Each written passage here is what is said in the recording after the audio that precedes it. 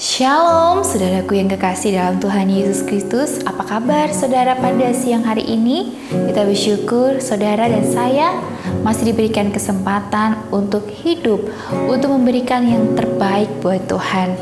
Hari ini saudara siap untuk memberikan yang terbaik buat Tuhan? Mari kita mau siapkan hati, pikiran kita. Kita mau datang di hadirat Tuhan lebih bersungguh-sungguh, sebab kasih Allah begitu besar dalam kehidupan saya dan saudara. Katakan terima kasih Tuhan buat segala kebaikan-Mu. Kami bersyukur Tuhan, sebab tidak ada kasih seperti kasih-Mu, kasih yang menguatkan, kasih yang meneguhkan, bahkan kasih yang tidak pernah terbatas. Kami bersyukur Tuhan. Kasih Allahku sungguh telah terbukti ketika Dia serahkan anaknya. Kasih Allah mau berkorban bagi kau dan aku. Tak ada kasih seperti kasih-Mu, kasih Allahku. Kasih Allahku sungguh telah terbukti, amin. Ketika Dia serahkan anaknya. Kasih Allah mau berkorban bagi kau dan aku. Tak ada kasih seperti kasih-Mu. Oh, bersyukur, bersyukur, bersyukur. Allah bersyukur karena kasih setia-Mu. Ku sembah, ku sembah, ku sembah dan ku sembah selama hidupku. Ku sembah Kau Tuhan. Bersyukur, oh bersyukur, bersyukur, bersyukur. Allah bersyukur karena kasih setia-Mu, amin. Ku sembah, ku sembah, ku sembah dan ku sembah selama hidupku. Ku sembah Kau Tuhan. Bersyukur, oh bersyukur, bersyukur, bersyukur. Bersyukur karena kasih setia-Mu, amin. Ku sembah, ku sembah, ku sembah dan ku sembah selama hidupku. Ku sembah Kau Tuhan selama hidup kami, selama hidupku. Ku sembah Kau Tuhan. Oh, oh selama hidupku. Ku sembah Kau Tuhan. Kami bersyukur punya Bapa yang baik. Bersyukur buat pengorbanan-Mu di kayu salib. Tanpa kami minta, Engkau sudah menanggung dosa kami Tuhan. Oh, kasih-Mu luar biasa. Kasih-Mu menyelamatkan. Kasih-Mu menyembuhkan, menguatkan. Kami bersyukur Tuhan. Haleluya. Ya Bapa yang baik, kami bersyukur bahwa kasih-Mu sungguh telah terbukti dalam kehidupan kami. Bukan kami yang memilih, tetapi Engkau yang sudah menyerahkan nyawanya, menyerahkan dirimu untuk disalibkan, untuk menebus dosa kami Tuhan. Untuk itu Tuhan, ajar kami mengingat bahwa Engkau yang terlebih dahulu mengasihi kami. Untuk itu kami mau datang dengan penuh kerelaan hati kami, bahwa kami juga mengasihi Engkau seperti Engkau sudah mengasihi kami. Untuk itu Tuhan, urapi hamba-Mu yang tidak ada apa-apanya ini. Pakailah hamba-Mu sesuai dengan kehendak-Mu. Jangan biarkan hamba-Mu berkata tidak sesuai dengan firman-Mu, tetapi perbaharuilah hamba-Mu ini dengan kasih setia-Mu. Menjauhkan hamba dari sifat yang tidak baik, sifat ego, sifat tamak, tetapi biarlah Tuhan Engkau urapi hamba-Mu dengan kuasa-Mu, agar nama Tuhan Yesus saja yang selalu dipermuliakan. Terima kasih Tuhan, kami bersyukur hanya di dalam nama Tuhan Yesus Kristus. Haleluya, amin. Shalom saudaraku yang kekasih, apa kabar saudara? Ya, jumpa lagi. Kita bersyukur bahwa saya dan saudara masih diberikan kesempatan ya untuk sekali lagi untuk kita bangun di pagi hari. Itu buat saya adalah kesempatan bahwa Tuhan masih memberikan saya nafas untuk saya mau melakukan yang terbaik untuk satu tujuan, yaitu memuliakan Bapa di sorga. Dan hari ini saya tergerak sekali men-sharingkan firman Tuhan mengenai pandangan kita tentang gereja ya. Banyak orang berpikir bahwa dengan rajin ke gereja ya, kita akan diberkati, kita akan menjadi orang-orang yang sukses ya, atau ke gereja nanti kita akan sembuh ya. Tidak ada salah dengan perspektif seperti itu, pemikiran seperti itu tidak ada yang salah. Tetapi saya di sini mau meluruskan maksud ya kita ke gereja beribadah ya. Dulu waktu saya kecil saya tidak mengerti kenapa saya disuruh orang tua untuk ayo ke gereja ya. Tidak boleh ke gereja, gak boleh kalau nggak ke gereja, pokoknya harus ke gereja ya, harus rajin ya, harus pokoknya kegiatan gereja harus diikutin. Dan saya tidak mengerti kenapa saya harus ke gereja. Dan waktu itu saya ke gereja, tetapi hati saya hampa ya, karena saya tidak mengerti maksud dan tujuan saya ke gereja untuk apa. Mungkin orang berpikir ya kalau ke gereja kan memuji dan menyembah Tuhan ya kan. Tetapi kadang ya kita tidak memahami sebenarnya ke gereja itu apa. Kalau untuk memuji, memuliakan nama Tuhan tuh kita bisa melakukannya di mana saja ya. Untuk itu saya sampai dewasa pun juga saya belum memahami sebenarnya untuk ke gereja, harus rajin ke gereja untuk apa gitu ya. Karena saya berpikir banyak orang atau mungkin bukan saja saya berpikir bahwa kalau kita nggak ke gereja itu kita sama aja kayak Kristen KTP gitu ya, hanya sekedar Kristen saja ya, KTP aja biar store wajah gitu ya, atau absen gitu ya. Nah di sini saya semakin dewasa ya di dalam Tuhan yang pasti ya, karena dewasa umur itu ya belum tentu loh membawa orang itu dewasa dalam pemikiran, dalam pemahaman. Tetapi saya memutuskan bahwa hidup saya harus mengerti, dan saya nggak mau hidup saya itu sia-sia tanpa tujuan ya. Jadi saya mau membangun atau memotivasi atau memberikan dukungan ya kepada saudara. Ayo untuk kita hidup mengerti kehendak Tuhan, minta kedewasaan ya di dalam Tuhan, dalam berpikir, dalam mengambil keputusan ya.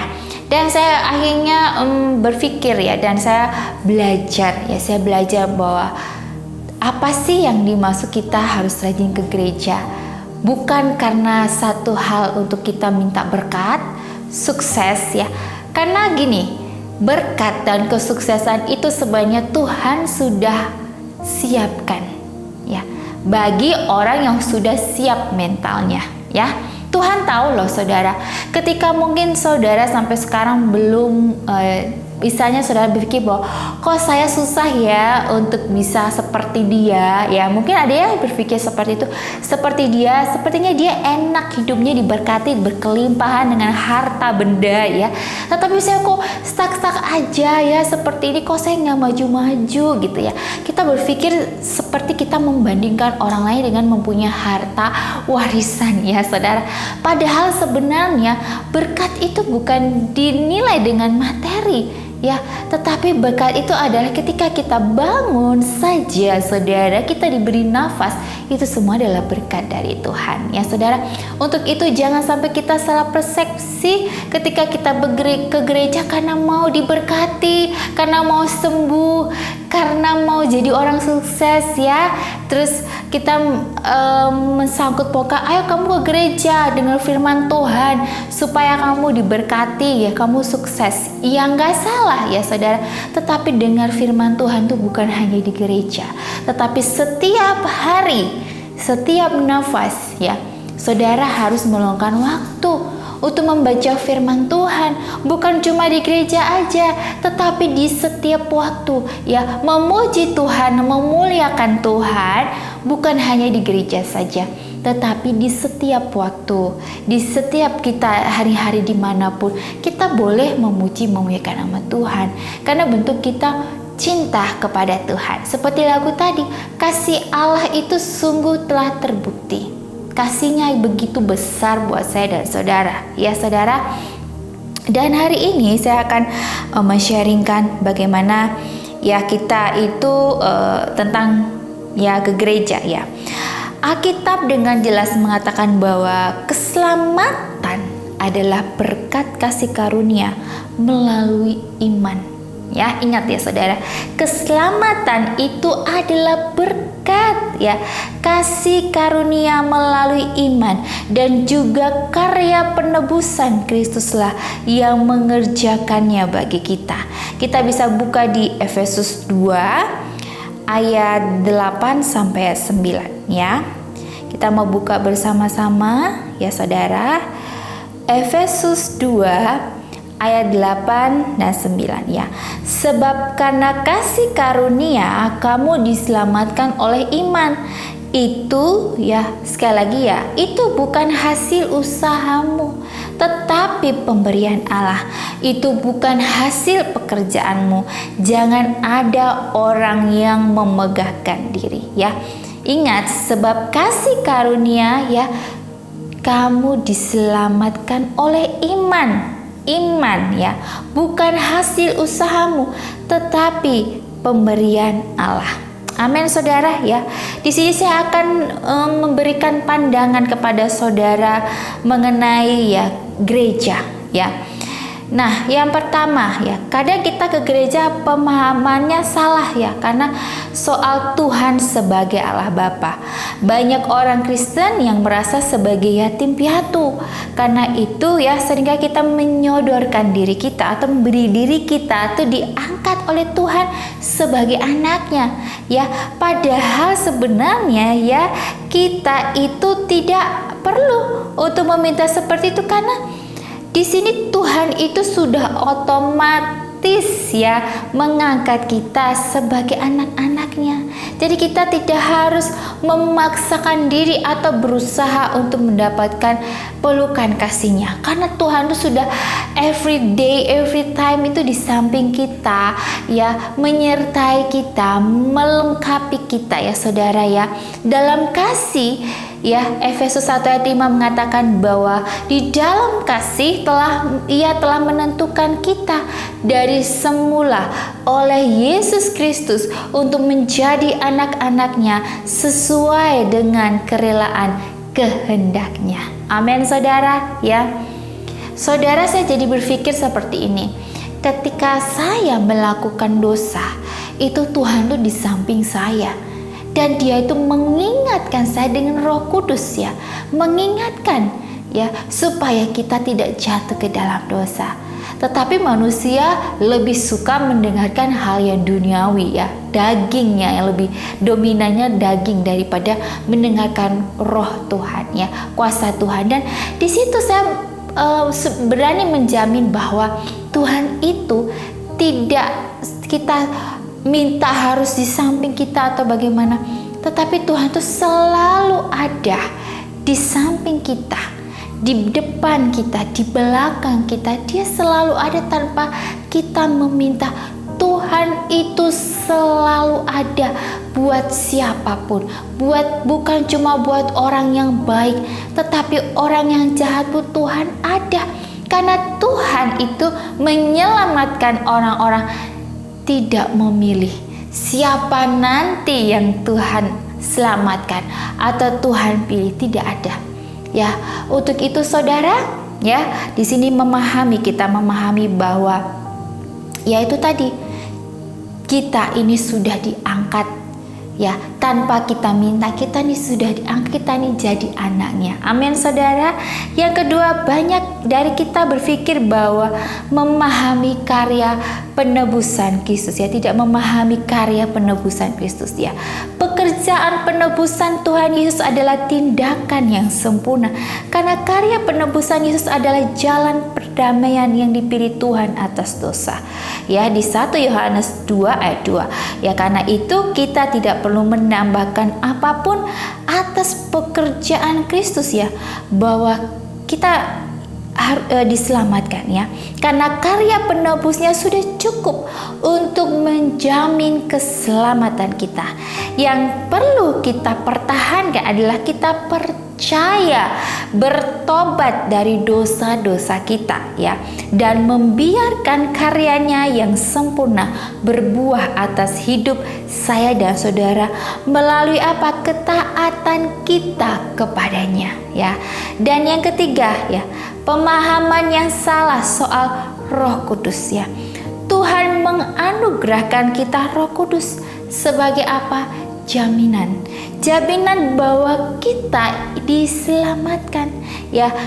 Tuhan adalah bukti bahwa kita adalah milik Tuhan yang sudah dilepaskan dari belenggu dosa dan dikuduskan sampai kita kelak kembali ke rumah Bapa.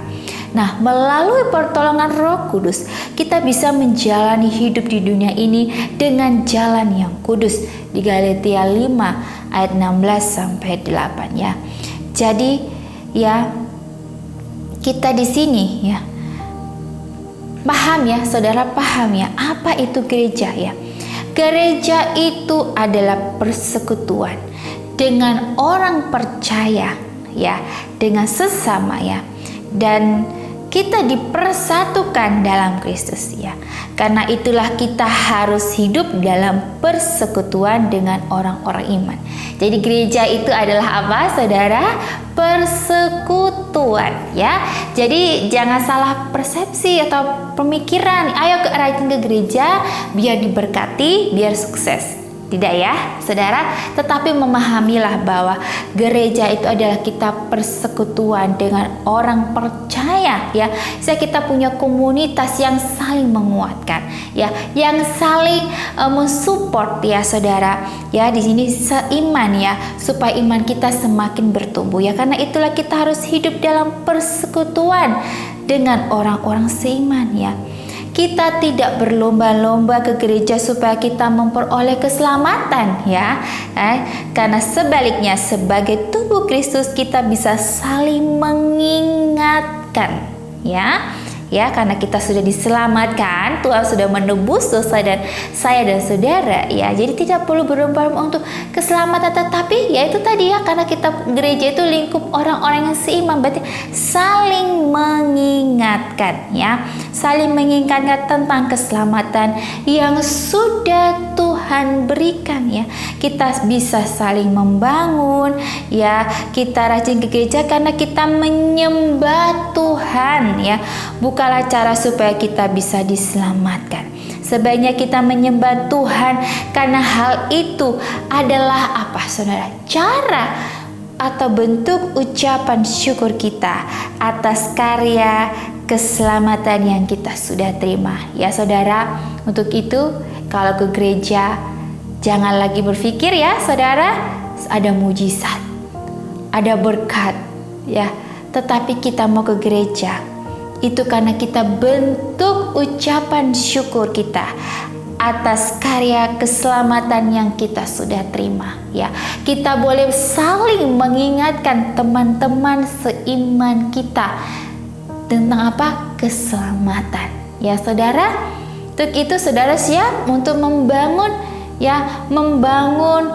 sesama ya, membangun hubungan dengan sesama teman-teman kita seiman di gereja, yaitu untuk saling mengingatkan ya di dalam Kristus, dalam keselamatan yang mengingatkan ya, bukan berlomba-lomba biar selamat nanti ke gereja ya, tetapi mengingatkannya.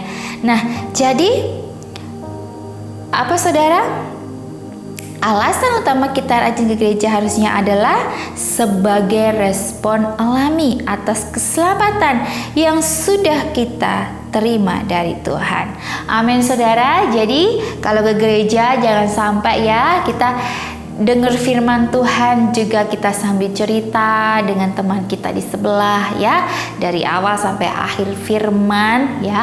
Jadi saudara berpikir bahwa yaitu tadi ya, kalau orang berpikir bahwa ke gereja hanya KTP, hanya ya rutinitas ya biar terlihat rajin gitu ya. Nah jangan saudara, jangan ya. Mulai sekarang bertobat ya ke gereja untuk apa?